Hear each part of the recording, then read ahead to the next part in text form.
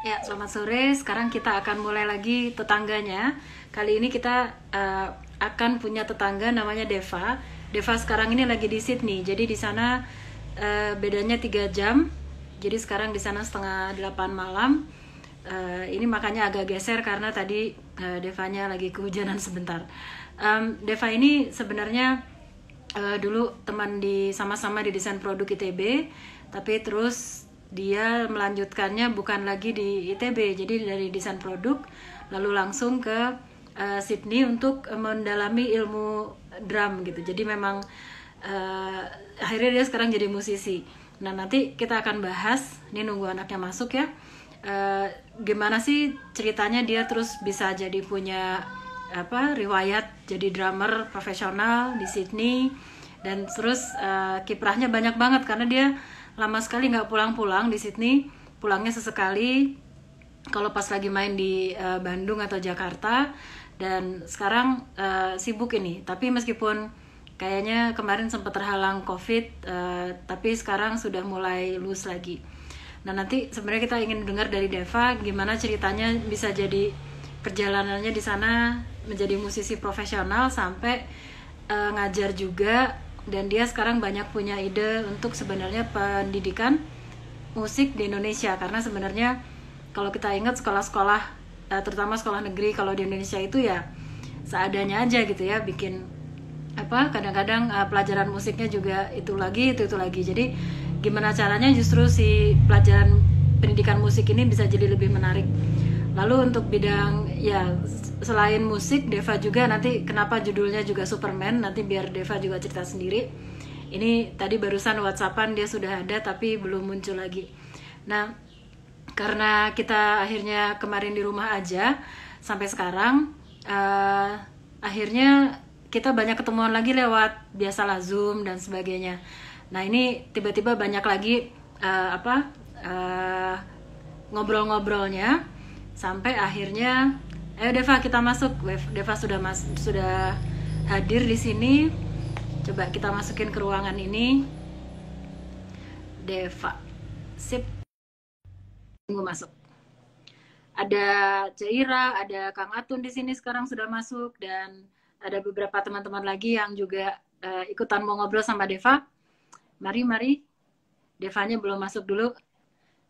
Ada Hilman juga. Hey.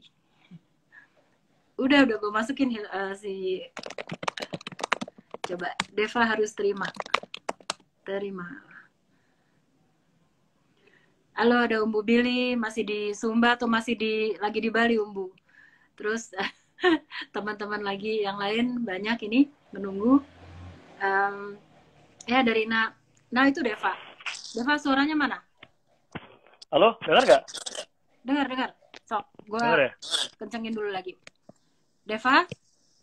Ya. Dev, tadi diomongin sebentar. Gila diomongin. Hai Jen, di sini udah ada Jen. Umbu Billy lagi di Bali. Ada Jen, ada Rina, ada siapa lagi tadi? Banyak. Nanti tinggal di sapa aja. Dev, Hai. jadi ini, lu harus cerita. Dengar gue nggak sih? Dengar nggak? Dengar udah. Oh ya, soalnya gue pakai ini. Ya, Dev, lu kan awalnya kan lu masuk seni rupa ITB nih. Memang pengen. Malu aku. Tapi lo kan sebagai PDB boleh dong. Kita kan sama-sama di kelas yang sama. PDB. Iya. Tuh si Rina malah manggil bokap lo Gatot Permana. Dulu SR Dev. Hah? Kenapa dulu milihnya sekolahnya SR meskipun terus berpindah? Coba cerita. Gini, ya sebetulnya ya gue suka gambar. Terus gue juga sebetulnya daftar itu STB ya karena gue suka desain produk, karena abang sepupu gue desain produk angkatan 96 nggak salah ya. 86.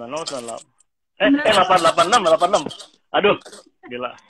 Ini ya seru. 86 apa 86 ya? Apa 85 ya? Gue nggak tahu 86 atau 85. Gue lupa. Namanya ini siapa nama? Mention. Irawan Hari Putranto. Oh, nggak tahu gue. Nggak tahu ya. Emang nggak ngetop sih. Kayaknya sama blow on-nya sama gue. Terus udah gitu. Nah terus dia itu, tapi dia tuh suka ngedesain alat musik gitu. Dia suka ngedesain alat musik, ngedesain bass lipat kayak gitu-gitulah pokoknya. Nah gue waktu lagi kecil liat dia bikin mock up gitu segala macam itu gue tertarik gitu. Wah gue juga pengen juga nih yang kayak gini gitu kan. Terus karena gue juga suka ya desain gitu waktu lagi. Terus kayak gitu ya udah akhirnya gue pengen coba itu tanpa beban karena gue juga pikir wah ini pasti yang daftar juga jago-jago. Jadi gue juga yang ya sudahlah coba aja gitu. Terus ya udah pas lagi dicoba terima alhamdulillah gitu. Tapi pada saat itu gue juga di persimpangan karena pada saat gue lagi nunggu itu gue juga lagi apa sih mulainya karir musik gue di Jakarta gitu. Terus tapi terima harus ke Bandung. Ya udahlah terus nyokap bilang udahlah coba aja dulu dia orang tua. Misalnya bilang iya deh nggak apa-apa lah. Pokoknya kita juga kepengen gitu. Ya udah terus coba ke sana terus dengar juga ternyata juga Bandung itu dari segi musiknya juga banyak yang lebih unik lah daripada Jakarta pada saat itu. Soalnya Jakarta kan lebih industri ya. Kalau Bandung tuh banyak yang unik-unik lah gitu. Jadi gue pikir ya bagus juga deh gitu. Coba suasana baru, mudah-mudahan bisa ya gitu awalnya gitu. Jadi sebetulnya dua hal itu tuh hal yang sama kuatnya ya, sama beratnya buat gue. Terus begitu lo nyampe Bandung, akhirnya kan lo waktu masuk ITB masuk Apres langsung ya? Ya. Di situ ketemu yang aneh-aneh nggak? Atau justru senang atau kejutannya di situ nggak? Kenapa? Ya kan lo kan kuliah, tapi kan nggak kuliah aja. Lo kan main tuh di Apres juga. Jadi apakah yang lo kira di Bandung itu unik-unik ada di situ? Atau lo main juga di luar gitu? Selama kuliah? Iya, ternyata lebih unik ya karena gue di situ sebetulnya gue sama Bandung itu udah agak deket soalnya semenjak gue akhir SMP SMA tuh gue udah mondar-mandir Jakarta Bandung untuk belajar karawitan sebetulnya, untuk belajar tradisional Sunda gitu. Karena gue bukan orang Sunda. Kenapa? Di mana belajar karawitan? Mondar-mandir. Di Padepokan Seni Soreang, di Soreang. Jadi itu di Soreang tuh dulu ada satu kampung gitu. Terus di situ itu kampungnya seniman semua. Itu di balai desanya suka ada kayak pelajar-pelajar dari luar negeri datang belajar di situ, belajar tari, belajar dalang, belajar ini. Jadi itu tapi mereka itu ya guru-guru gue tuh bukan orang akademis ya. Jadi mereka tuh benar-benar orang tradisi. Jadi guru gue tuh tukang kayu. Almarhum Mang Uloh tuh tukang kayu. Terus udah gitu satu lagi yang satu lagi Pak Oleh juga almarhum juga. Mereka tuh orang juga lah, tapi dia juga tukang gado-gado gitu. Jadi biasa lah gitu. Tapi mereka ini gitu. Nah terus udah gitu jadi gue udah mondar-mandir untuk belajar tradisi itu di Bandung. Nah di situ gue juga udah mulai. Dulu kan Jakarta Bandung nggak kayak sekarang kan. Dulu kan Jakarta Bandung udah kayak Indonesia Amerika gitu.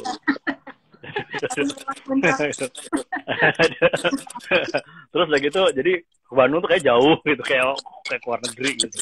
Terus udah gitu begitu gue sampai di sana ya mondar-mandir terus gue belajar. Gue udah melihat banyak keunikan, diantaranya juga ketemu sama almarhum Mas Hari Rusli. Terus karena gue juga sebelum masuk ITB juga udah mulai dekat-dekat lah sama orang-orang yang di tim, gitu kayak Mas Sawung Jabo, apa lagi ya, almarhum Dede Haris, pokoknya gitulah. Jadi pas lagi gue ke Bandung itu kayak penggenapan lagi buat gue. Gue ketemu lagi nih sekarang orang-orang ini sambil kuliah, sambil memperdalam lagi yang keunikan-keunikan budaya itu gitu, baik kontemporer atau tradisional. Jadi klop menjawab pertanyaan nggak ya? Menjawab pertanyaan nggak? Nanti bisa dijawab lagi. Masih kisahnya nih, masih zaman kuliah nih. Jadi pas kuliah berarti menggenapkan, karena kan terus kita kan rame-rame nih nyiapin wisuda, kamu jadi seksi main main yang dipukul-pukul lagi instrumennya gitu ya. Iya ada cimot, ada cimot. Terus Mot. ini terus sempat masuk desain produk yang adalah lu nggak jauh-jauh dari kalau ada tugas gambar pun gambarnya drum gitu ya. Mau drum elektrik, mau perkusi, Drum elektrik atau akuarium. apapun. Cerita sampai akhirnya memutuskan untuk bersekolah di yang lain. Oke. Ya. Oke, jadi gue sebetulnya pas lagi gue udah mulai mondar-mandir Jakarta Bandung lagi, ikut sama Mas Harusli main di Jakarta, main di Jakjas waktu itu, terus udah gitu terus udah mulai sama beberapa musisi-musisi juga lah, sama Mas Bujana, Tovati segala macam. Itu udah mulai ada tawaran-tawaran lah gitu kayak akademis lain, terutama di Australia. Sebetulnya tawarannya itu ada di Amerika sama di Australia. Ini beasiswa. Kenapa? Iya, itu beasiswa. Terus gue juga gue seneng lah gitu kan. Terus setelah itu kalau gue coba ingat-ingat ya, lama 96 ya, 95 96. Abis itu ya udah gue daftar. Ya, singkat cerita otomatis keterima ya. Begitu keterima gue langsung gini, aduh gimana nih, ITB-nya gimana nih, cuti apa gimana. Terus udah gue ngambil cuti waktu itu, gue ingat banget. Gue berangkat, udahlah ngambil cuti. Ternyata pas lagi itu gue dapat surat ke Australia dari ITB bilang gitu, lo masih menerusin nggak? Ini lagi perampingan nih gitu. Waduh, ini belum selesai juga gitu. Ya udah, akhirnya gue mesti memilih salah satu ya, karena yang ini juga belum selesai dan gue nggak mungkin pulang gitu. Ya udah, akhirnya gue teruskan di Australia gitu. Maaf itu, kata karena apa tuh? Kenapa? Nyokap bokap nggak apa-apa lu ngelanjutinnya di Australia dan? Ya sebetulnya pada saat gue pindah pun juga jangankan lepas dari ITB ya. Kan ITB kan semua orang tua pasti kan senang banget dong daripada ngapain keluar negeri, udah keluar negeri musik lagi, wah kayaknya nggak jelas banget. entah seberapa besar nama sekolah musik di sana, tetap aja ITB lebih unggul gitu. Yang apa juga. Terus akhirnya gue bilang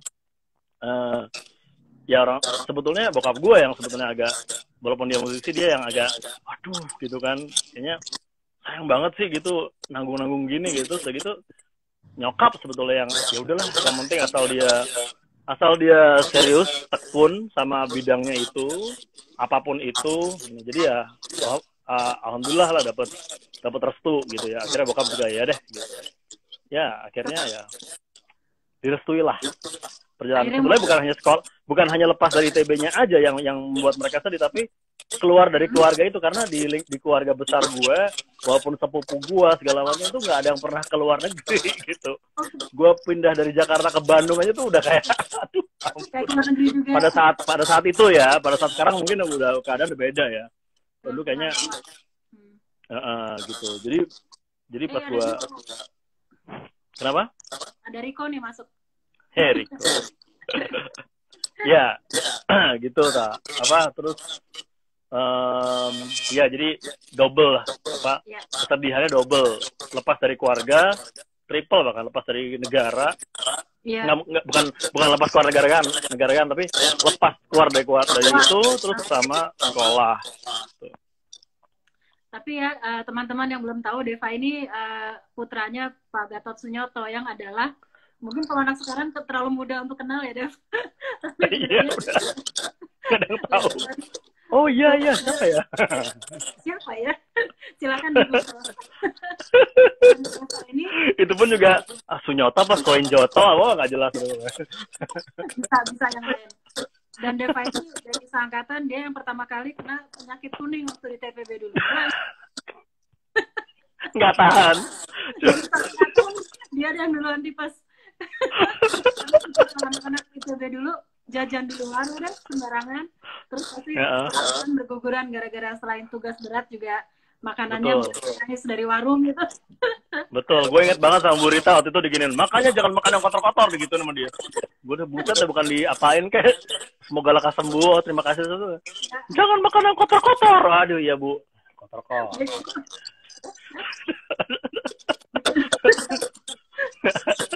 Padahal itu bergizi kan favoritnya. Kan jadi tahan ya, sampai Sydney juga tahan.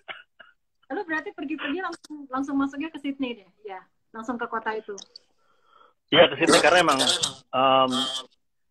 sebetulnya tadi kan dapat beasiswanya itu antara ke Amerika atau ke Australia gitu.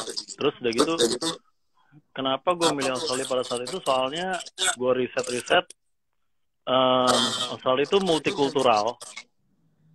Terus gue tuh sebetulnya pengen bawa tradisional kan, bawa pada saat itu sebetulnya musik tradisional nggak semarak sekarang, nggak ada yang kayak sekarang di TV ada apalah, dulu mulai ada OPJ segala macam tuh nggak ada. Jadi semua teman-teman gue anak-anak tradisi itu banyak yang berkegiatan di luar, di Eropa segala macam, tapi mereka di Indonesianya nggak terlalu eksis gitu. Terus gue juga kebetulan gue satu-satunya yang juga di multidimensi, jadi di tradisi juga, tapi juga berkolaborasi dengan teman-teman kontemporer gitu, seperti kayak almarhum Mas Riza Arsad yang kebetulan juga alumni ITB ya, desain grafis 85 apalagi lagi itu angkatan itu.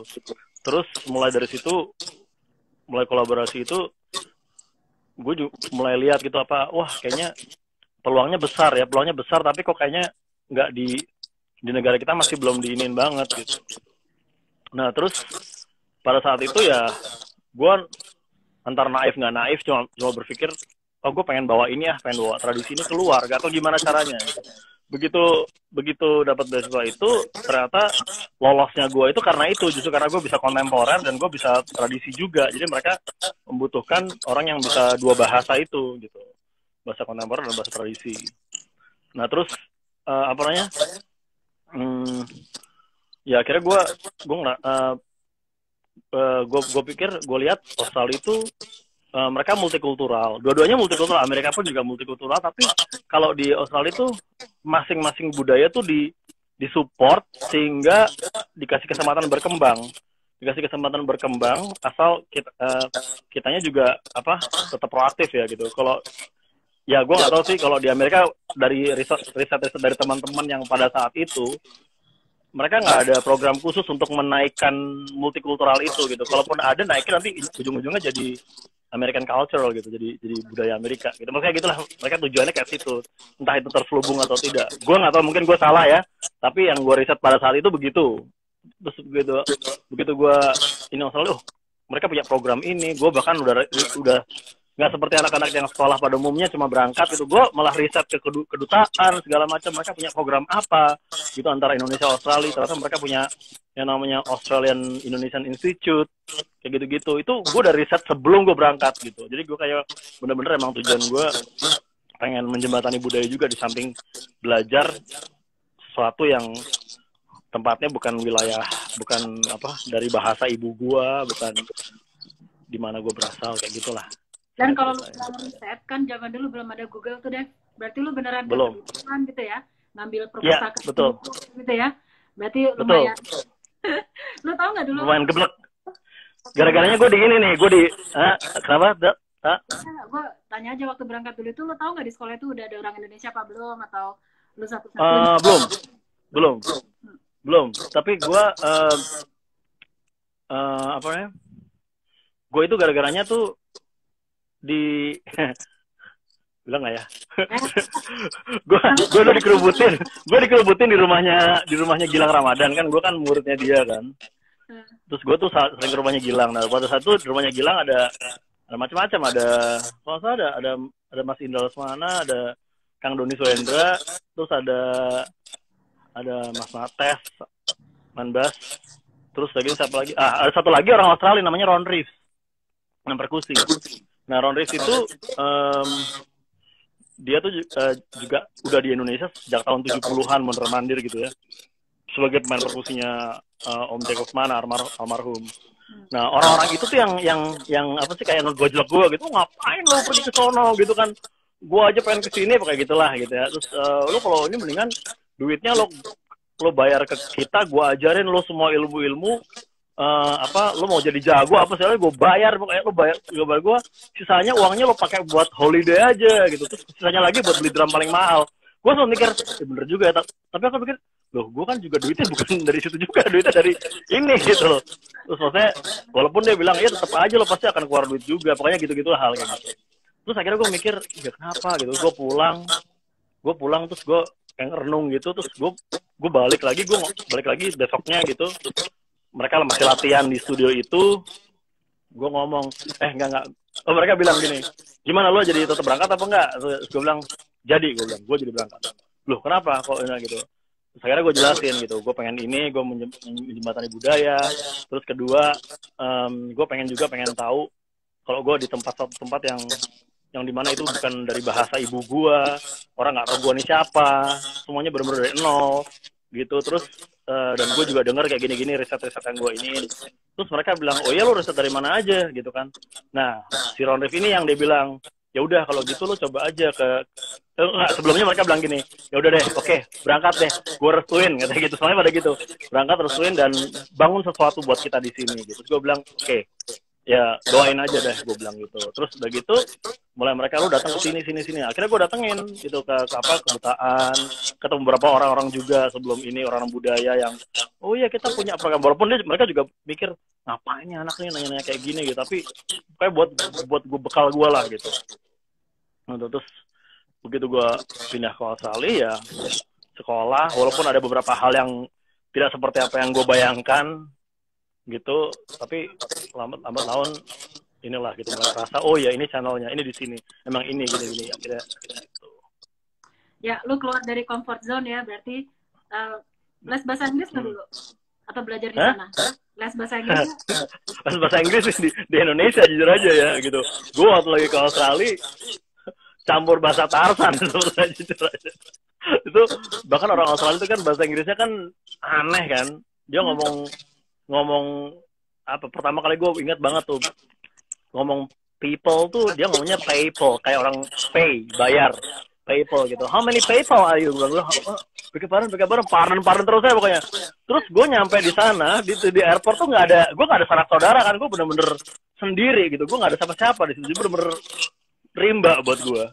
Jadi begitu gue nyampe di sana, itu gue sendirian selingkuh bawa koper gitu. Terus ada security otomatis ya, orang dari imigrasi gitu datengin gue, ngeliatin orang selingkuhan gini gitu, ayo oke, bilang gitu, ya sama oke, terus gitu, bilang gitu. Terus ditanya lo ngapain, gue bilang gue sekolah ya.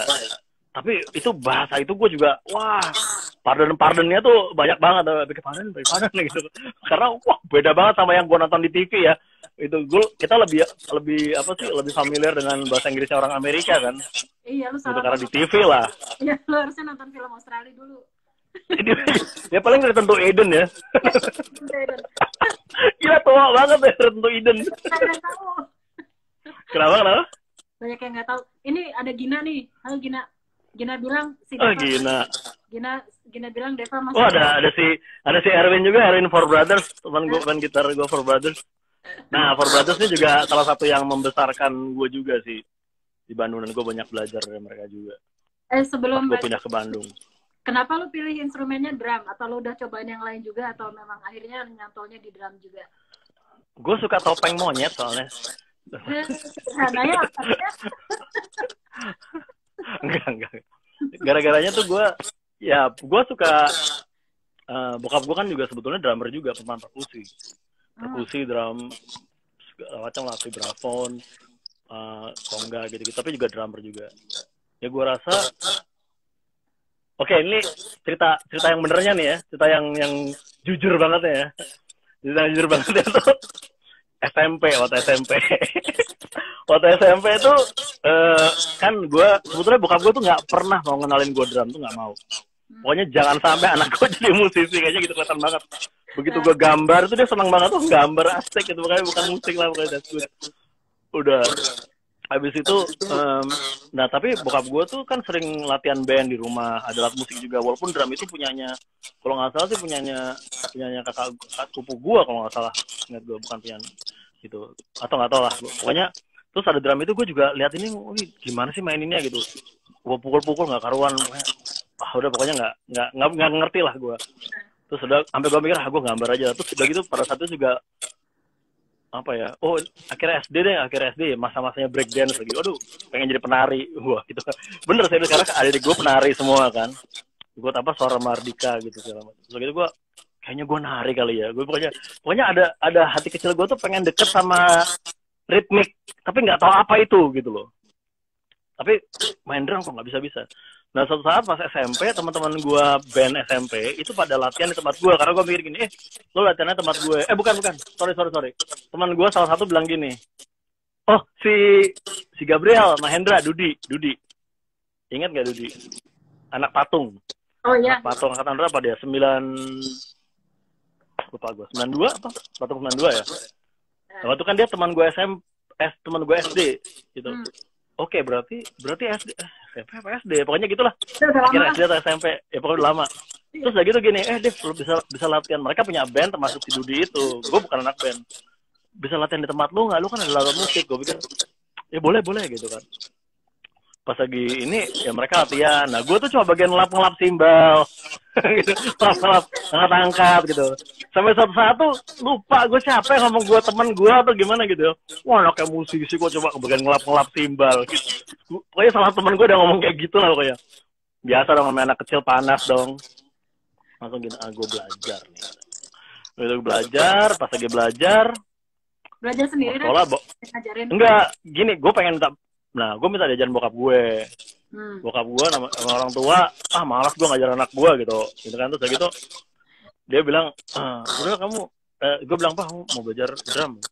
Nah, gue dulu namanya anak kecil ya, segala macam dipelajarin. Les karate dipelajarin, les kungfu belajar, les matematik, les ini, les itu, segala macam, les organ gitu kan. Nggak ada yang ini gitu, nggak ada yang selesai apa gimana gitu. Akhirnya gue bilang, nih pengen belajar drum nih. Bokap gue bilang, alah paling terbosan lagi gitu ini. Nah di situ gue langsung mikir, gue bilang enggak deh, gue mau buktiin nih bahwa gue nggak akan bosen. Udah akhirnya gue yaudah nih. Nah gue waktu dulu pengen banget belajar sama Gilang Ramadan kan. Tapi bokap tuh enggak jangan sono gitu. Gue nggak tahu sih, kayaknya kalau sekarang sih baru ngerti kayak mahal kali zaman dulu kali ya. Sekarang alasan enggak jangan kesana gitu. Terus akhirnya kemana gitu, ke sekolah di Otista gitu. Udah yang penting belajar. Ya udah begitu belajar di situ, wah pertama semangat bawa stick gitu, wah senang banget. Mungkin itu udah masuk SMP kelas 1 kali. Pas lagi udah masuk menjelang 2 minggu. Wah itu udah mulai bosan gue. Aduh gue bosan. Bener juga nih bokap gue. Bener juga gitu kan. Tapi udah kepalang tanggung gimana ya gitu kan. Akhirnya gue pikir enggak. Gue mau buktiin bahwa gue gak akan bosan gitu. Ya udah kayaknya udah mencapai ke titik limit. Pas lagi habis itu gue carilah apa sih bagusnya ini gitu, ilmu ini gitu. Ternyata malah jadi apa ya istilahnya tuh. Malah jadi passion ya. Jadi passion gitu. Jadi yang jadi suatu hal yang gue emang iniin banget gitu. Terus kalau gue nggak megang stick tuh tangan gue pun gatal banget gitu. Jadi gue bener-bener ya dari situ gue udah mulai wah kayaknya gue ini gue nih gitu. Terus ketambahan bokap gue ngajakin nonton musik, live musik segala macam, itu bener-bener ini apa jadi rangsangan buat gue gitu. Balik lagi ke Sydney nih. Itu Dev adanya apa Dev? Siapa tuh? Apa tuh? Jeda. Le, apa kabar? Woi, Surabaya Dev. Ayo. Ini Mas Ajit bukan ya? Mas Ajit kayaknya deh. Mas Ajit ya? Iya, Ajit Society. Bener nih Mas Ajit. Ya Mas Ajit nih, ya Mas Ajit apa ya? Ya salah satu kayak abang yang ngegembleng gue juga lah. Yes katanya Dev, berarti benar Mas Ajit. Halo. Oh iya bener Mas Ajit. Oke Mas, kok bisa tahu ini Mas? Kan dari IG lu Kari. Oh dari IG gue kali ya. Iya gitu. Ini ada Jen. Oke, padahal di Surabaya. Itu Duri Mas Ajit drummer juga nih. Oke. Ini si Jen bilang makanya dulu waktu di kelas peletukan melulu ya Dev. Nggak bisa diam. Aduh. Bikin suara-suara. Ngomong-ngomong mengenai ITB, gue juga pernah ini kan 2 kali kan ditegur hantu. Di mana? Masa lo nggak tahu? Yang di mana? Yang banyak tahu. Yang pertama di TPB, yang gue dipegang, ini ya dipegang. Oke.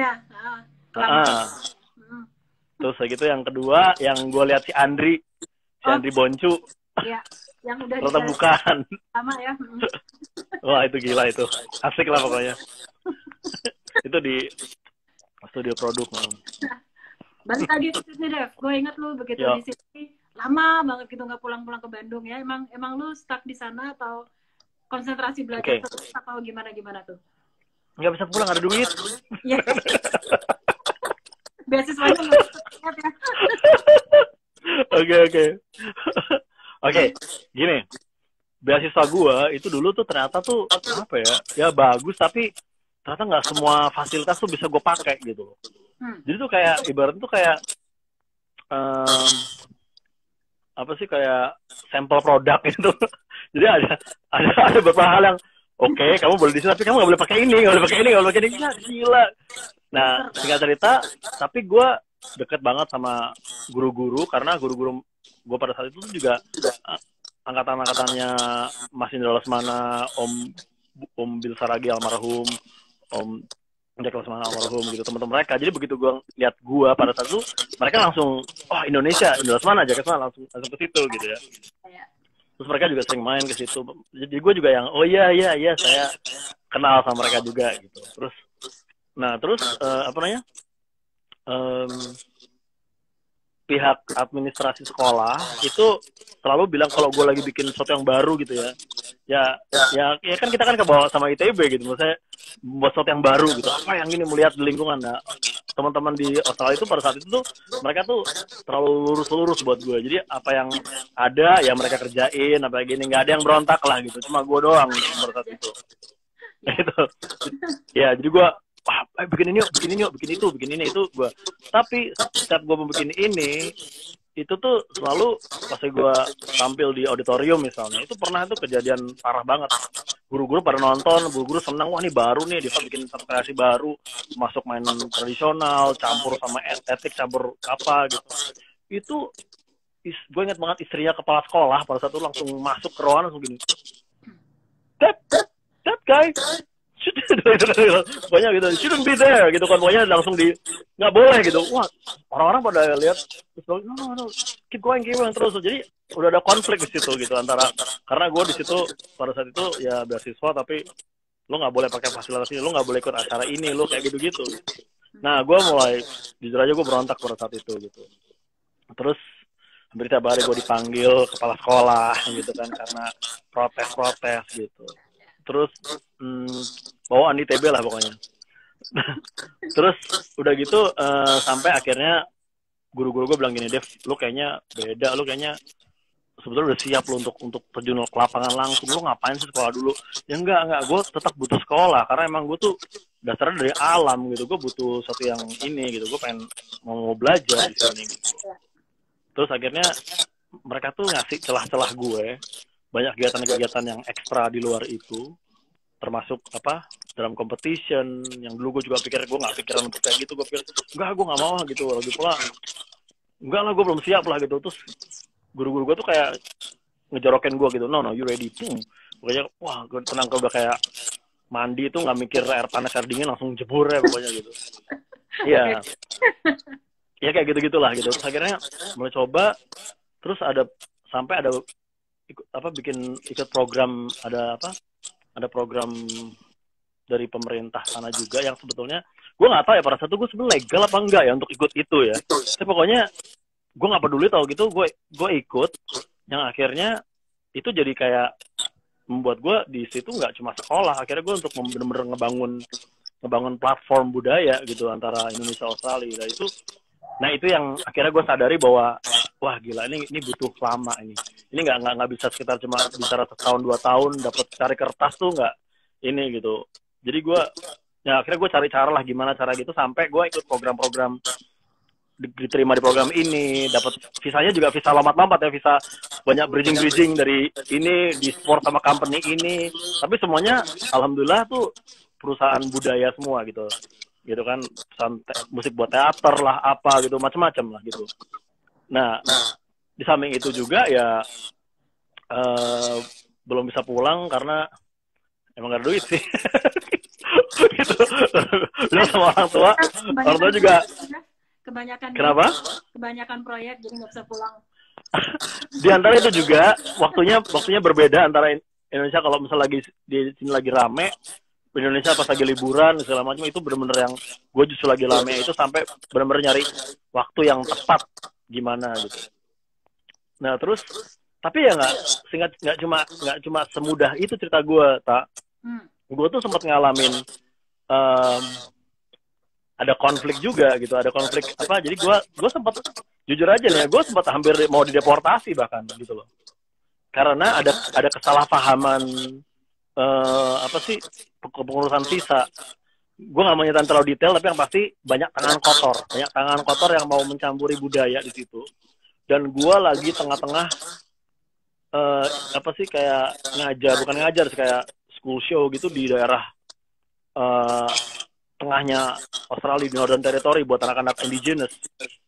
Toto gue dapet surat di situ gitu, wah lu mesti pulang. Oh gimana nih, kok bisa kayak gitu. Pokoknya wah akhirnya gue bilang, sebetulnya dari Departemen Pendidikan Australia ya, mereka support, tapi karena antara Departemen Pendidikan sama Departemen Imigrasi itu beda departemen ya, jadi mereka nggak bisa saling ikut campur gitu. Singkat cerita gue harus ngurus itu semuanya. Gue balik ke Sydney, gue perang sendiri, tapi juga alhamdulillah dapat support juga dari beberapa pihak yang gue udah bangun. Nah, itu juga bukan suatu hal yang sebentar gitu, yang akhirnya ya singkat cerita akhirnya beres gitu. Gue dapat residensi sebagai kategorinya namanya Distinguished Talent Visa. Itu hanya untuk olahragawan sama seniman gitu. Tapi perjalanannya nggak banyak lah liku-likunya, ada yang keturunan-keturunannya gitu. Kenapa? Lo sebagai olahragawan sekarang. Iya, saya sebagai gobak sodor. Cabang gobak. Atlet gobak sodor. Berarti Sydney Australia udah kepegang sama lo ceritanya. Tapi dulu kan dititipin misi yang mau ngebawa budaya tuh, akhirnya lo lihat tercapai nggak? Atau sudah berhasil di mana? Oke. Kalau gue bilang masalah tercapai, itu gini ya, sebetulnya tuh ternyata itu adalah suatu perjuangan yang nggak bakal bisa selesai gitu loh. Memang sih gue mencapai ada beberapa poin-poin gitu, tapi karena itu adalah satu perjuangan yang nggak selesai. Karena pertama yang bantu gue juga naik turun. Gue sempat ada momen yang dimana gue punya cukup pasukan di situ yang bener-bener yang wah ini bagus nih, bahkan sama kuatnya. Sampai gue juga ngalamin sesuatu yang bahkan sekarang gitu, gue ngalamin sesuatu yang gila, gue nggak ketemu orang-orang yang bisa apa sih sama-sama untuk ngebantu hal ini gitu loh. Terus jadi itu masih naik turun gitu. Yang buat gue juga ya untuk kerjaan sendirian itu nggak mudah ya gitu kan. Jadi ada kalanya gini udah stabil, tiba-tiba wah yang lain mencar, wah gue mesti bikin formula baru lagi apa segala macam. Sementara dari pihak sananya itu selalu ngelihat gue tuh, oh ini potensi nih, dan mereka juga ngasih semangat buat gue gitu, oh keep going can you, bahkan mereka juga ngasih support apalah yang, tapi ya support itu juga gue rasa juga aduh gue nggak bisa sendirian nih gitu, kayak gitu-gitulah hal seperti itu tak ya gitu. Terus, kalau dari selama sampai sekarang ini, kira-kira yang paling berkesan buatmu ketika tampil di sana tuh pas apa? Pas lagi masa apa gitu? Oke. Gue kan bergerak di dua bidang ya, sekuler sama buat umum, tapi juga ke sekolah-sekolah. Itu adalah dua market yang berbeda. Oke, kalau misalnya gue bicara dari sekolah-sekolah dulu gitu, yang sekolah-sekolah tuh sebetulnya banyak orang yang nyangka, oh Dev lo ngapain tuh ngajar ya? Sebenarnya bukan ngajar sih. Gue tuh bikin program sama mereka namanya Interactive School Show. Bahkan orang Australia pun sendiri juga masih belum tahu sampai sekarang. Walaupun itu adalah program yang udah dibangun dari sekitar tahun udah ada tahun berapa ya, 96-an 97 udah ada sebetulnya. Terus udah gitu sekitar tahun 2001 kalau nggak salah 99 atau 2001 mereka udah mulai buka cabang ke multikultural atau contemporary. Awalnya dari musik klasik sebetulnya. Terus udah gitu mereka udah mulai ngembangkan sayap ke kontemporer sama multikultural. Nah terus di situ apa namanya? Ya gue itu program baru yang kalau gue selama gue tour itu kan gue kan ke sekolah-sekolah ya, bahkan termasuk ke pelosok-pelosok daerah gitu. Nah itu yang buat gue otomatis sehubungan dengan visi dan misi gue, begitu gue melihat orang-orang itu, anak-anak, guru-guru ngeliat bahwa oh kayak gini tuh budayanya tetangga kita gitu. Mereka tuh sama sekali belum tahu gitu. Bahkan kalau gue ke Tasmania segala macam itu pedalaman, mereka bahkan masih ada yang belum tahu Indonesia tuh di mana gitu. Sempet banget tuh di Tasmania. Kenapa? Padahal nggak jauh-jauh amat Tasmania juga. Nggak jauh amat tuh. Gue pernah di Tasmania tuh di ke perkampungan gitu kan. Gurunya bilang, oh how excited we are. Now we have a special guest. This gentleman here, emang bertiga kan gue kan. This gentleman here from Afrika gitu. Gue langsung no Indonesia. Terus gitu. Terus mungkin si guru itu mau memperbaiki kali ya. Langsung dia ngomong gini, oh it's okay, I don't even know where Africa is anyway. Malah kamu bego. Mau nghibur gue gitu. Oh ya gue tau Indonesia, gue nggak tahu Afrika anyway gitu. Oh lu malah tambahin bego lu depan anak-anaknya nggak apa gitu. Ya itu satu contoh gitu. Tapi nah kenapa? Ada yang nyapa, Upi Jambe. Salam keren, tetangga jauh, BB Jambi. Oh, halo. Ya, salam. Tengah jauh ya? Tengah jauh di mana nih? Oke, salam keren juga. Salam keren juga ya, tetanggaku. Ya, terus di situ gue dapat kesempatan untuk ke seluruh pelosok Australia gitu ya. Yang dimana kalau gue ngomong sama teman-teman gue musisi-musisi di Sydney gitu, mereka malah bilang, Dave, lu lebih beruntung daripada kita gitu. Lu lebih bisa ngeliat satu kontinental daripada kita. Bilangnya, alhamdulillah lah gue beruntung juga. Justru karena budaya itu gitu. Dan gue inget banget, lagi-lagi ya Gilang Ramadan ngomong sama gue gitu waktu dia jadi guru dia nunjuk ke kandang gue, dia bilang, Dev, ini nih yang lu mesti pertahankan, yang bisa bawa lu kemana-mana gitu. Ya gue percaya itu juga gitu. Terus ya dan ternyata benar gitu. Nah terus itu kalau dari segi itu ya, kalau dari segi ya biasa gitu ya, gue otomatis ya senang kalau misalnya ya gue juga pernah ngalamin banyak dimensi, dari penonton yang ribuan penonton sampai yang 1-2 juga semuanya sampai sekarang masih terus gue jalanin gitu. Tapi nggak peduli itu 1-2 penonton atau emang 500.000, semuanya tuh gue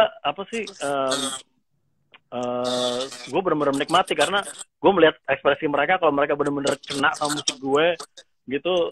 Itu buat gue udah satu kesenangan, udah satu kebahagiaan tersendiri gitu. Bahkan kalau teman-teman gue ngerasa bahwa aduh gue kalau dimainin drum sama Deva tuh nyaman banget, itu buat gue tuh udah seneng banget gitu. Nggak peduli dah ada ngeliat gue apa gimana, gue nggak peduli. Kayak gitulah gitu. Iya sih, gue kan ngeliat lo main gitu ya, cuman kalau ngeliat lo main terus ini kayaknya Deva lagi berada di dunia sendiri karena udah nggak peduli yang lain, fokusnya ke drumnya aja gitu. Lu punya drum di rumah? Kenapa? Lu punya drum di rumah? Oh, ini drum elektrik di apartemen gue. Karena kan gue tinggal di kandang burung. Iya. Ada Bonar Abraham. Ada Bonar Abraham, teman gue juga nih. Teman gue di sini, dia pemain bassnya Glenn. Almarhum Glenn. Iya. Oke, terus apa lagi ya? Ini ya udah apa? Kemarin kan kita ngobrol nih rame-rame sama Rico segala macam. Lo tuh punya pendidikan musik di Indonesia sebenarnya, terutama di sekolah-sekolah. Coba rencananya nanti. Oke, sorry. Agak keputus-putus, tak? Sorry, tak? Yeah. Gimana, tak? Ya, gimana rencanamu kemarin pas kita ngobrol nge-Zoom rame-rame tuh, kan iya, oke. Pendidikan musik di Indonesia, dan gimana nih ceritanya? Masa gitu-gitu aja gitu? Oke, nih. Sebelumnya gue mau negur juga nih, Bonar, oke, sehat, banyak makan pho, iya. Ya, lo makan pho juga ya. Marilah kita makan pho bareng-bareng lagi. Oke, di sana makan pho. Sana tuh Indomie rebus dong. Gimana sih lo? Gak asik banget makan pho. Oke, gini, tak. gue mesti ngomong sama Rico dulu pertama. Karena ternyata ada. Ya kok ya, ntar gue ngomong sama lu ya sendiri ya. Jadi gini, apa? Ide besarnya dulu. Kenapa? Ide besarnya dulu aja, kayak lo ngelihat emang sekarang gimana sih? Dan mau yang mau diperbaiki harusnya apa gitu. Oke, dasarnya begini. Dasarnya tuh gue kan kerjasama sama company ini ya. Bukan bekerja sama company, tapi gue kerjasama dengan mereka. Namanya Musica Viva Australia. Musica Viva Australia itu juga di bawah bendera Departemen Education and Training ya, Depdikbud Australia gitu. Untuk bidang musik. Nah, terus selama gue belajar sama mereka, selama gue bekerja sama mereka, itu gue banyak belajar gini. Gue emang masuk ke sekolah, tapi sebelum gue masuk ke sekolah, itu gue ditatar dulu 1 tahun sama mereka tentang pendidikan psikologi anak, terus udah gitu projection untuk performance segala macam itu, karena untuk interaktif school show ini, pertunjukan interaksi ini ke anak-anak itu butuh kemampuan khusus gitu, bahkan nggak cuma seperti orang ngajar gitu loh. Jadi mereka nantar gue tuh selama setahun itu pendidikan anak, pendidikan psikologi anak, bahkan tuh sama projection apa segala macam itu, sama mempersiapkan materi-materi yang kira-kira ini. Nah, pada saat itu kan namanya kan professional development ya. Pada saat di professional development itu gue banyak belajar yang waduh gila. Ini banyak sekali yang gue nggak ngerti. Bahkan mentor gue itu guru gue itu namanya Richard Gill. Dia itu adalah music education guru. Nggak cuma di Australia, bahkan di dunia. Nah, dia udah meninggal. Waktu dia meninggal tuh gue kehilangan banget otomatis, karena dia tuh mentor gue banget gitu. Nah, terus dia tuh bilang gini, pada saat gue pertama kali direkrut sama mereka, gue nggak ngerti, sama sekali gue nggak ngerti. Terus dia ngomong gini, Deva, kalau lo bisa menguasai ini, pokoknya bahasa Inggrisnya tuh if you can do this one for adult, for children, for kids audience, untuk orang dewasa, semua kegiatan kamu untuk dewasa tuh just a piece of cake for you. Karena anak kecil tuh susah banget. Anak kecil tuh lu mesti bisa menarik perhatian mereka dalam kurang dari 3 detik. Itu salah satu ininya, satu ilmunya yang buat gue, wah ini apa?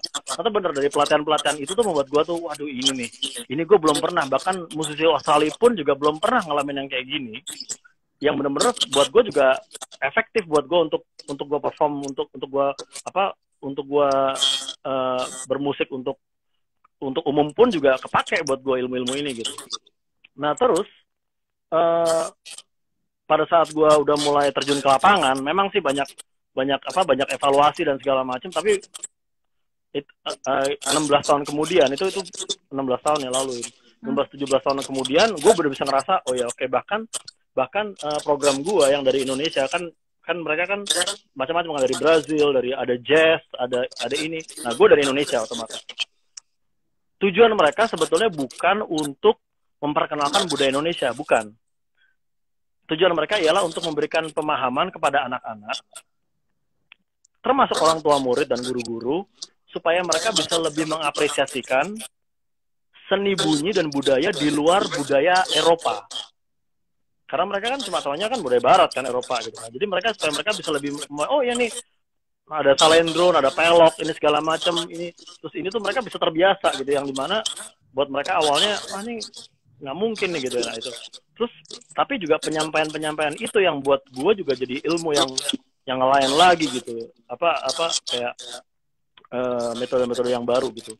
Nah setelah gue jalan di situ, ada beberapa temen gue, ada yang juga ikut riset, ikut lihat dari Indonesia ya. Di antaranya ada temen gue Jatiret Bowie, dia dari teman-teman, dia musisi, dia main timpani, tapi dia juga banyak berkecimpung di FASTESMI atau kayak YKCI kayak gitu segala macam gitu. Dia ngelihat kegiatan gue, dia bilang, wah Dev, ini di Indonesia penting yang kayak gini gitu. So ya kebetulan dia jadi saksinya gitu, lihat. Oke, gue juga seneng sih emang kalau misalnya Indonesia ada kayak gini, dan apa yang bisa gue perbuat untuk Indonesia untuk menyambungkan ilmu yang gue pelajari ini gitu kan ke Indonesia. Terus akhirnya gue bilang sama Bowie, wih yaudah kalau gitu kamu bukalah jalur ke sana, bilang apa yang dibutuhkan, nanti gue datang, kita buka kerjasama. Nah, balik ke Sydney-nya, Musika Viva itu mereka sudah sering kerjasama dengan beberapa negara kayak Hong Kong, Singapura, Belgia, diantaranya itu. Tapi kok nggak pernah kerjasama sama Indonesia gitu loh. Padahal show gua itu selalu ada di 5 besar, di ranking atas terus gitu loh. Banyak show-show yang lain yang udah nggak dipakai lagi, tapi gue tuh bisa bertahan sampai 16 tahun gitu. Ya mudah-mudahan bisa bertahan terus ya, gitu kan. Kenapa? Karena buat orang Australia ternyata buat anak-anak dan segala macam, bahkan orang tua, murid dan guru-guru, mereka selalu merasa bahwa kita butuh ini gitu loh. Karena Indonesia dan Australia itu masih dekat tapi jauh. Dekat secara geografis tapi masih jauh secara sosial budaya, itu mereka saling belum tahu, dan gue yakin juga di Indonesia juga masih seperti itu juga terhadap Australia ya gitu. Kalau yang gue rasain. Terus akhirnya gue bilang sama Musika Viva itu, oke, kalian udah kerja sama ini kok, kalian nggak pernah kerja sama Indonesia. Dia bilang, iya sih, kita juga udah selalu mikirkan itu gitu loh. Dan satu-satunya jembatan kita ya kamu gitu, satu pintunya ya kamu Dave gitu kan. Oke, sekarang gini, kalau misalnya saya mau buka jalur ke sana ke Indonesia, kalian bersedia? Nah, sedangkan kan seperti yang gue bilang tadi, gue udah riset dari awal-awal sebelum gue berangkat, ada Australian Indonesian Institute, itu mereka punya dana untuk itu, gitu, untuk menggabungkan dua budaya itu mereka punya dana. Nah setelah itu, terus mereka juga nanya, tapi apa ya Dev ya, apa yang bisa kita kembangkan di sana dan begitu ya, karena kita juga mau, mereka juga bilang kita juga mau belajar dari Indonesia gitu. Nah, ini yang gue juga nggak tahu apa, tapi coba deh teman saya ada yang gerilya tadi, yang si Bowie tadi, yang harapan saya dia bisa ngebuka jalur itu di Indonesia untuk bicara ke Departemen Pendidikan atau insan-insan pendidikan musik di sana, untuk bilang bahwa ini loh yang di sana nggak ada, yang di sini nggak ada, yang mungkin kita bisa belajar dari sana dan mereka juga bisa belajar dari kita. Jadi saling kerjasama kan begitu kan. Nah, ternyata pas kemarin gue pulang tahun 2018 ya, gue kebetulan berkesempatan untuk ke Dirjen, ternyata tuh mentah. Jadi poskonya yang di sana itu nggak jalan gitu. Jadi akhirnya gue mesti jelasin yang kayak begini lebih parah daripada yang kayak gini dari nol, karena mereka juga pengen tahu lu siapa sih sebetulnya. Jadi buat gue, waduh ini mentah tuh. Akhirnya di benak gue malah mikir, aduh gue pengen pulang aja nih kayaknya. Soalnya gue udah tinggal jelasin aja gitu. Tapi mereka kayak nanya, enggak, kamu nih mau apa gitu. Padahal gue bilang, enggak, gue bukan mau nawarin produk, gue bukan mau nawarin donat gitu. Justru gue mau menawarkan gagasan apa yang kira-kira bisa kita ini kan gitu kan. Udah deh, pokoknya hancur deh gitu. Udah, akhirnya gue balik dengan tangan kosong ya. Gue balik dengan tangan kosong. Terus orang Musika Viva dan segala macam nanya, so how is it?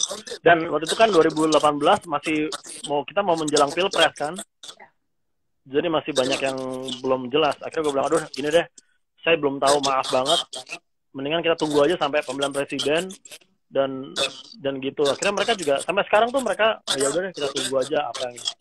Nah sebetulnya gue pas gue ngomong, sebenarnya gue selalu menyambut orang-orang yang ingin menyambut gagasan ini gitu. Di antaranya ya tadi teman gue si Bowie atau siapapun, termasuk Rico gitu kan. Tapi ternyata dari semuanya ini, bahkan termasuk almarhum Mas Riza Arsad, sebelum teman-teman ini Mas Riza Arsad udah duluan sebetulnya, Adif kita bikin sesuatu karena ini yang kita butuhkan di Indonesia. Tapi ya beliau keburu meninggal ya. Akhirnya gue mesti cari teman baru untuk ini gitu. Yang kebetulan masih ada si Bowie tadi yang dia menjadi saksi untuk melihat kayak begini. Sehingga dia bisa ini, tapi ternyata tidak berjalan itunya, babat alasnya tuh nggak ini gitu. Terus belum ini, terus Rico, gue tertarik gini. Oke, tapi idenya Rico sama gue masih belum nyambung di sini. Idenya Rico bagus juga, tapi masih belum, karena gini, kalau gue pribadi itu kan gini, seperti yang gue pernah ceritakan, di Australia itu mereka bukan pengen gue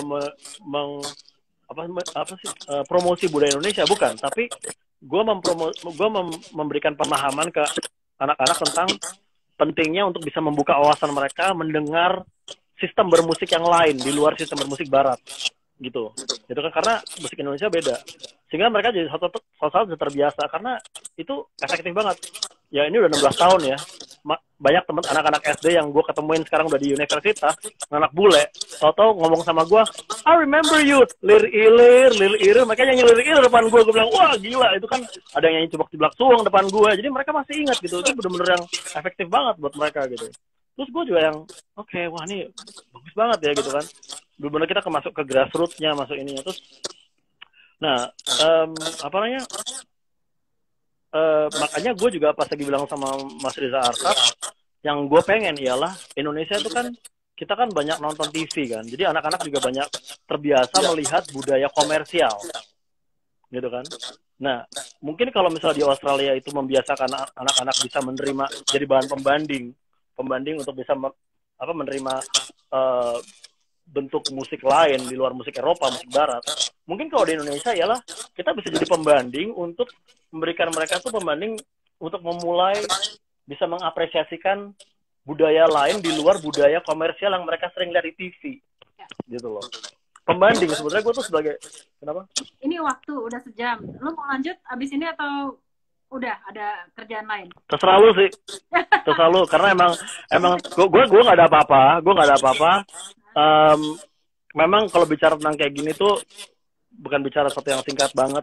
Kita lanjut nanti abis ini karena ini udah hampir sejam, tahu-tahu mati, nanti kita lanjut aja. Udah lagi seru? Boleh, terserah lu. Ya sip. Boleh. Oke. Lanjut dulu. Nanti kita masuk lagi ya, kita keluar dulu. Nanti kita bisa karena nanti tiba-tiba mati. Bersambung ke bagian berikutnya teman-teman. Sip. Oke, kita lanjut lagi. Sekarang saya nunggu Deva masuk lagi karena tadi ngobrolnya masih seru. Jadi sekarang acara tetangganya kita perpanjang ke bagian kedua. Tadi Deva lagi seru-serunya cerita tentang ada metode yang pengajaran musik yang sebenarnya pengen dia tularkan juga ke Indonesia karena yang sebenarnya dicari adalah metodenya. Jadi bukan tentang musik Indonesianya sendiri, tapi tentang ini kan musik ini kan kecerdasan yang berbeda ya, kecerdasan yang nggak cuma yang biasa kita terima sehari-hari, tapi sebenarnya ini yang mau ditularkan ke kita. Cuma sekarang Deva lagi cari-cari jalannya supaya ya gitulah mengubah pendidikan supaya lebih menyenangkan mungkin dan supaya lebih memperkenalkan metode yang baru juga.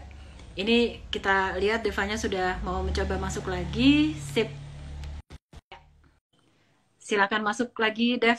Nanti kita lanjut ngobrolnya yang tadi. Seru banget. Yuk, lanjut. Oke. Ya, jadi melanjutkan pembicaraan tadi, ya ada Rico, ada beberapa teman gue juga, bahkan ada teman beberapa lagi yang dari komunitas dongeng, Mereka juga tertarik sekali dan atau di Indonesia komunitas dongeng di Indonesia Mas, gue sih panggilnya Mas Gary ya, kalau salah dia terkenalnya sebagai paman Gary apa gimana gitu. Terus dia juga bilang gue dekat sih sama orang pendidikan di Dikbud. Terus dia bilang ya udah silakan apa yang bisa ini. Terus jadi banyak orang-orang yang gue tertarik nih sama ini lo gitu, tapi gue masih belum tahu tujuan mereka tuh sama nggak sama seperti apa yang gue ingin gitu. Jadi gue pengen ngobrol dulu sama mereka satu persatu gitu. Mau sama Rico gitu. Rico nanya apa, terus Mas Gary ini apa, terus bagian ini apa. Jadi gue pengen tahu dan nanti gue lihat mana yang kira-kira ini karena soalnya tadi gitu buat gue itu yang menarik dari gue untuk berbagi di Indonesia tadi yang udah gue pelajari sama Musika Viva tadi, metodologinya tadi untuk membuat interactive school show. Jadi itu bukan hanya mengajar ya, tapi bahkan orang Australia pun juga masih belajar untuk kayak gitu. Gue banyak dipanggil untuk workshop juga, untuk nge-workshopin itu juga untuk teman-teman gitu. Jadi memang masih awam sih gitu. Dan itu pun gue juga karena gue kerjakan sendiri ya, terutama untuk yang Indonesia gitu. Dan kita tuh, dan grup gue itu adalah satu-satunya grup yang menggunakan fasilitas dongeng untuk musik pertama kali. Karena selama itu pada saat itu musisi itu mereka hanya ya main musik aja, ini musik, ini alat ini, gini-gini segala macam. Cuma gue yang pertama kali bikin ada tari di situ, bagaimana cara berinteraksi dengan antara seni tari dengan bunyi, mana yang jadi konduktornya, tari dulu apa musik dulu. Oh ternyata antara keduanya, terus ada call and respond kayak gitu kan, ada tanya jawab antara itu. Terus ada juga Indonesia itu kan ininya kan asasnya gotong royong ya. Jadi bermusik pun juga gotong royong sebenarnya, kayak merajut ya. Nah itu yang dimana buat musik-musik lain tuh nggak kayak gitu sistemnya gitu.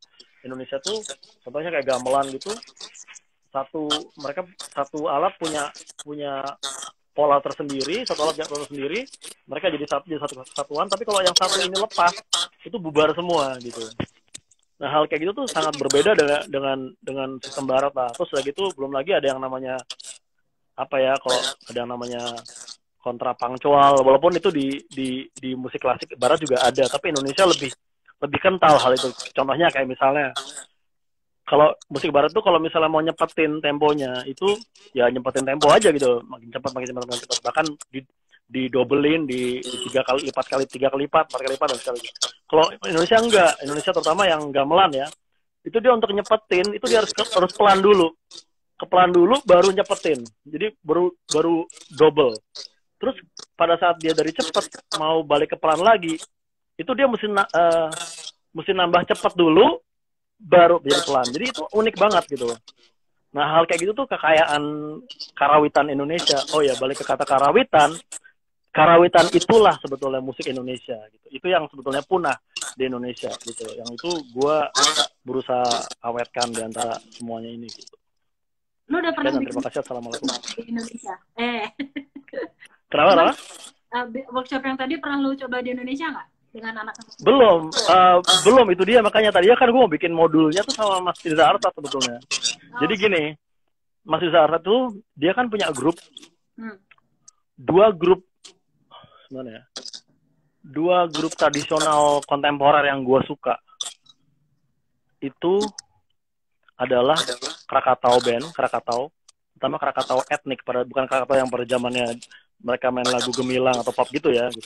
Tapi pada saat mereka masuk mencampurkan dengan unsur tradisi, bahkan pada saat itu mereka mengangkat tangga nada, dekanada 10 nada namanya Salendro. Oke. Itu yang di mana-mana, yang cuma Indonesia, lagi-lagi cuma Indonesia yang punya. Nah itu buat gue menarik banget. Terus itu pertama. Yang kedua, grupnya Mas Riza Arsat almarhum namanya Simak Dialog. Bedanya apa? Kalau yang Krakatau itu ibaratnya tuh dia kan mereka pakai unsur funk ya, jazz rock funk gitu. Jadi itu ibaratnya kayak mobil Ferrari tapi mesinnya andong gitu. Tapi bisa jalan, seru gitu. Gitu mesinnya oplet gitu. Wah, seru banget tuh. Nah, kalau Mas Riza Arsat itu enggak, kebalik. Kalau Krakatau itu kayak outlet, tapi mesinnya Ferrari gitu loh.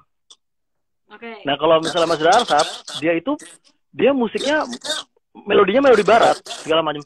Tapi sistemnya kayak yang tadi yang naik turun tadi segala macam itu pakai ini Indonesia. Jadi mesin Indonesia. Jadi kayak mobil Ferrari, tapi mesinnya andong. Gitu. Itu menarik dan itu jalan itu. Nah, gue suka tuh dua contoh itu gitu kan.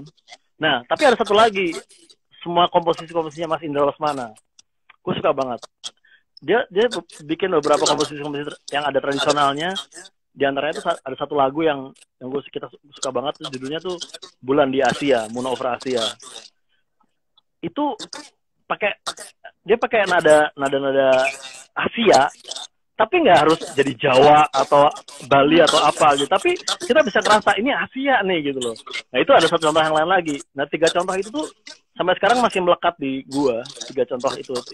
Nah balik ke masalah Mas Riza Arsat tadi, dia itu pertama kali bikin workshop, kalau nggak salah nggak tahu ya, kalau ada dengar anggotanya Mas Riza Arsat di sini, koreksi kalau gue yang salah. Mereka mulai bikin workshop di Museum Fathahillah apa gimana kalau nggak salah. Nah itu Mas Riza tuh kan pakai piano, dia main piano, terus udah gitu perkusinya alat tetabuhannya itu pakai tabuhan Indonesia kan, pakai kecrek, pakai kendang, terus ada bass, ada vokal juga, sama vokalnya juga dia main ketuk tilu, main bonang main uh, gong kempul lah gitu kan, gong kempli gitu kan. Terus gitu itu mereka workshopkan, terus dapat sambutan yang menarik karena mereka orang-orang bisa ngeliat, oh ternyata bisa ya digabungkan ya ini sama ini kayak gitulah. Sebetulnya tentang pertanyaan oh ini bisa digabungkan itu sudah banyak pertanyaan kayak gitu. Bahkan gue di Australia gue juga kalau gue main sama musisi jazz, tapi mereka pengen Dev, gue pengen lo main kendang ya. Ya udah gue main kendang. Itu gue keluarkan bener-bener ritmis kendang. Gue nggak, tapi nyambung sama ini mereka karena gue juga tahu bahasa mereka gitu. Jadi yang dimana orang-orang tradisi itu banyak yang kadang-kadang masih ada yang konflik karena mereka masih terlalu tradisional, ini masih terlalu barat, nggak ketemu, akhirnya cuma jadi tempelan gitu kan. Nah, tapi yang benar-benar yang itu tuh masih jarang, dan itu walaupun gue juga belum master banget, tapi oh ya ini kayak gini. Nah, itu yang kalau di workshopkan tuh menarik. Nah, itu yang tadinya mau diangkat oleh Mas Riza Arsat sebagai modul di Indonesia. Jadi mereka mudah-mudahan supaya anak-anak tuh bisa mulai, oh ini musik kontemporer itu seperti ini tuh yang emang antik sih musiknya kedengarannya, tapi kita bisa mengemasnya dengan cara interaktif, dengan metode-metode yang gue pelajari di Australia ini dari musik Afifa itu gitu loh. Karena kan banyak yang nggak efektif, pasti mereka masih belum efektif gitu. Dev main kendang lah, gila loh. Dia main kendang lah. Gimana gini?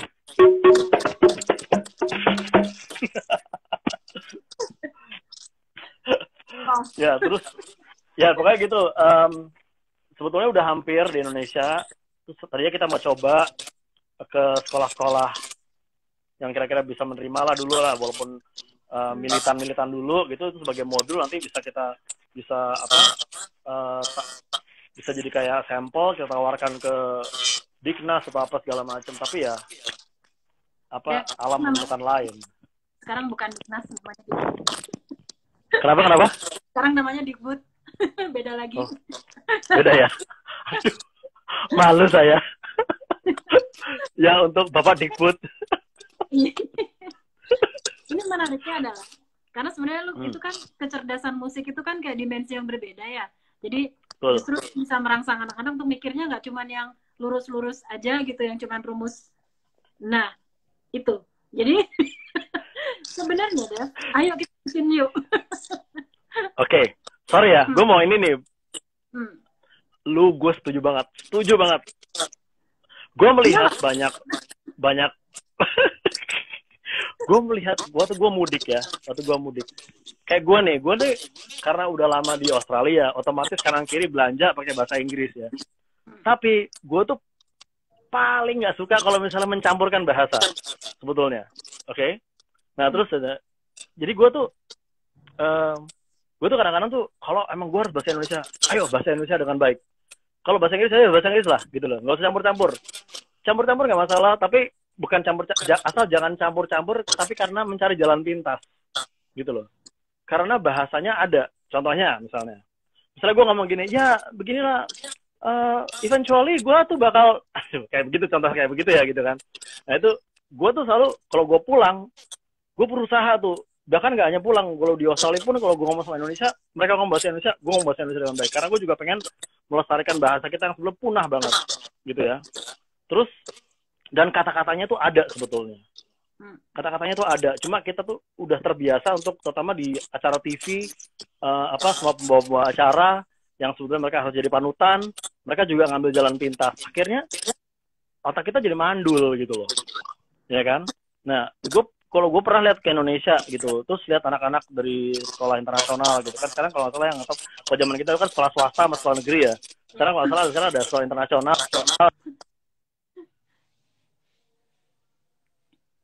Hey Dev, gimana? Putus-putus Dev. Deva. Sempat keputus ya? Kenapa? Sempat keputus, ya, terus coba diulang. Nggak apa ya. Contohnya pas gue ke Indonesia, gue lihat banyak anak-anak tuh di sekolah internasional mereka ya bagaimana bahasa Inggris gitu. Keren banget lah gitu. Tapi mereka jadi lupa bahasa Indonesianya. Bukan mereka udah nggak bisa menemukan lagi kata Indonesianya. Kan menyedihkan banget kan. Sedangkan gue langsung melihat wah nanti bakal jadi krisis identitas gitu loh. Karena bagaimanapun juga ya oke lah akan karena kan ya dulu waktu kita SD juga atau SMP kita juga ngalamin guru bahasa Inggris kita bilang kita bisa berbahasa Inggris yang baik kalau kita bisa berbahasa Indonesia dengan baik. Itu bener banget gitu.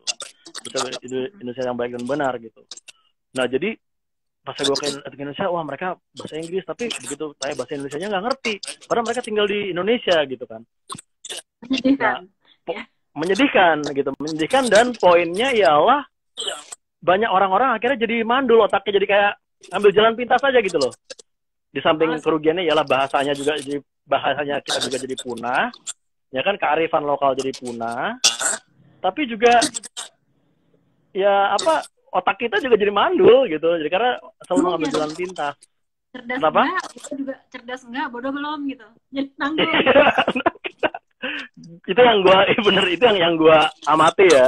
Nah gue juga gitu emang sih kalau gue lagi pulang gue juga terbata-bata gitu kan. Aduh apa ya nih ya, bahasa Indonesia ya. Kadang-kadang gue malah diketawain sama teman-teman gue karena bahasa Indonesia itu bahasa Indonesia yang baik dan benar. Ide banget loh gitu kan. Terus tapi gue dengan cara gini, oke karena gue lupa maka gue pelanin dulu otak gue gitu. Gue ibaratnya kalau gue mobil ngebut nih gue kurangin kesempatan dulu untuk cari tahu apa sih bahasa Indonesianya. Oh iya ini ketemu gitu kan. Itu kan nah itu yang gue berharap dengan adanya pertunjukan interaksi ke sekolah-sekolah ini itu juga sebetulnya poin-poin itu yang pengen disampaikan gitu loh. Iya sih. Bukan hanya ke anak-anak ke musisi-musisinya juga, pengajar semuanya gitu loh. Dan ke anak-anak Jaksel yang bahasanya sudah nyampur ya. Saya nggak tahu, saya Pondok Gede Bekasi soalnya. Apa ya? Ujung aspal. Kecamatan Jatirahayu saya. Sekarang sebenarnya ya, gitu. Kalau misalkan sekolah katanya sekarang pendidikan sedang dibebaskan lah dan sebagainya. Justru kansel banyak di sini deh. Ya. Ya. Tapi tadi gitu apa namanya gue butuh pasukan juga. Gue nggak bisa sendirian gitu loh. Siap. Dan ya mudah-mudahan teman-teman yang dengar yang itu bisa saling bantu lah gitu. Jadi apapun. Ya. Kenapa? Gue minat lah, bantu yuk. Ntar, boleh. Kalau lu udah beres sama Riko, kata Riko kan lu juga musisi tapi bawel ya. Kalau lu udah beres. Iya, drum tuh kan banyak kan dipukul. Gitu. Ya, jadi gue sama mau Riko mau ngobrol dulu. Soalnya kan kalau Riko ada pandangan yang lain. Yang juga sebenarnya masuk akal sih buat gue. Iya. Ya. Oke deh. Putus lagi deh.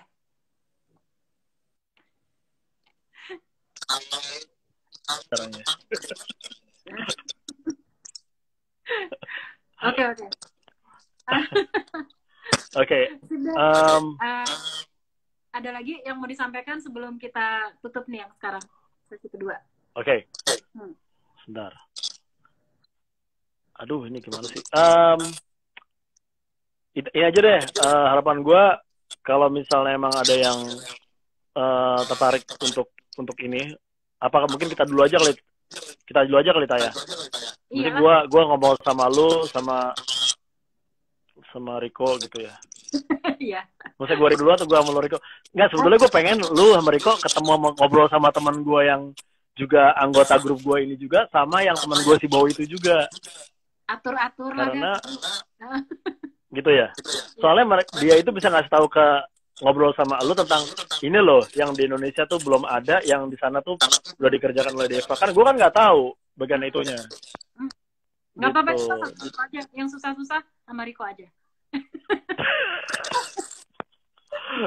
Oke. Gue mesti tak. Ya. Si Riko patah-patah breakdance kok. Iya, Iya deh. Itu tadi si Rina ya, Rina Renville ya, Rina ya. Rina tuh. Coba dadain dulu, dadah Rina. Ah, Dada Rina, Rina Dev, dada. jadi karena judulnya sekarang adalah Superman tapi drummer, jadi Superman-nya mau udah jelas gimana ya, bahwa Deva dulu nggak di Google tapi ke perpus gitu ya, itu anak sekarang jarang banget. Terus, Perpus. Iya sih. Emang gue generasi perpus. Waktu gue terus kuliah ini juga lalu perpus semuanya. meninggalkan zona nyaman untuk beda sekolah, beda negara, beda keluarga ya nanti di sananya gitu. Nah sekarang tapi Begitu. udah bahkan sudah drummernya tapi masih kan Dev, lu kan sibuk-sibuk ngurus metodologi tapi kan masih ngedrum ya, masih Oh nge-gig iya, lah. masih itu kerjaan gue. Jadi buat gue itu yang ngajar, yang school show, yang pertunjukan ini ke gig biasa main drum, itu semuanya adalah satu kesatuan aja ya, bagian dari kerjaan musik gue aja pokoknya. Entah itu Ya, bikin musik buat iklan kayak apa gitu, itu bukan satu spesifik. Buat gue itu satu kesatuan lah gitu loh. kapan rencana balik lagi Dev? Sebentar ke sini. Nah, gue tadinya kan gini, gue tadinya kan harus main di Ubud Village Jazz Festival Agustus kemarin, tapi kan karena COVID kan jadi diundur kan. Dan Ya. kok katanya sih gue bakal masih tetap akan main Agustus yang 2021 gitu loh. Nah terus mudah-mudahan itu terjadi, tapi juga Juli kan ITB kan ya? Juli ada ITB. Kenapa? Sekarang kan Juli Dev. Enggak, Juli tahun depan itu ada band ITB juga mau apa gitu gue nggak tahu. Jadi mudah-mudahan Juli Agustus itu gue akan di sana mudah-mudahan gitu. Walaupun sebenarnya, tapi kalau jaraknya kejauhan ya paling gue Juli datang lagi. Insya Allah ada rezeki, gue pulang nanti Agustus balik lagi yang buat itu gitu. Tapi sekitar Juli Agustus lah. Masih setahun Dev, gua dulu lah ke sana lah. Kenapa? Iya boleh. Ya sekarang kan yang paling penting ini kan si virus ini loh. Iya. Oke. Baiklah. Oke, Tak. Terima kasih Deva cerita-ceritanya. Nanti mungkin kita ya sudahlah, kita ngobrol lagi lain kali. Terima kasih semuanya. Kita ngobrol lagi di Zoom. Ya. Dan semuanya juga ya. Salam sejahtera, salam budaya.